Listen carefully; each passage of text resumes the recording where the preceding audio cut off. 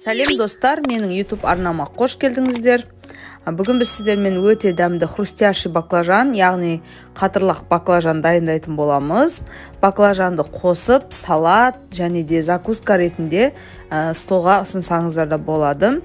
Олай болса, өзімізге қажетті баклажанымызды алып, сыртынан тазартып, орташа кубиктерге бөліп турап аламыз. Осылай турап болғаннан кейін баклажандарымызды пакетке саламыз.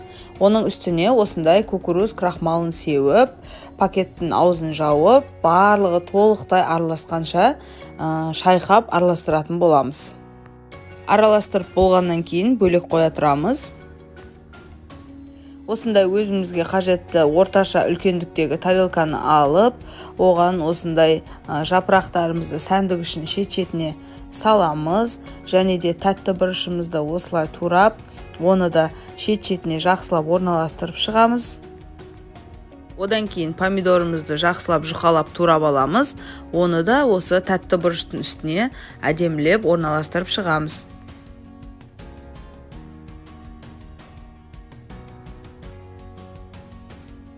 Көк пиязымызды жақсылап жуып алғаннан кейін майдалап, турап, осылай ыдысқа салып бөлек қойып қоямыз.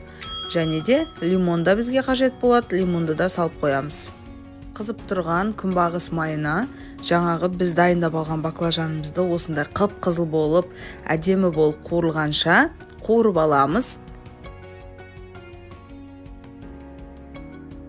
Қатырлақ баклажанымызды осылай ыдысқа салып, оның үстіне лимонның согын осылай сығамыз, және де үстіне көк пиязымызды салып, оның үстіне соевый соусымызды құйып, жақсылап араластырамыз, және де жаңа алдын ала дайындап алған біздің көкөністеріміздің үстіне осы дайын болған баклажанымызды саламыз.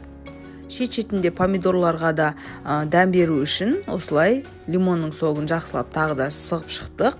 Енді дәмін көре берсек болады. Өте дәмді болып шыққан. Жаңағы қонақтарға тіске басар ретінде осылай ұсынсаңыздар да болады, немесе салат ретінде ұсынса да болады.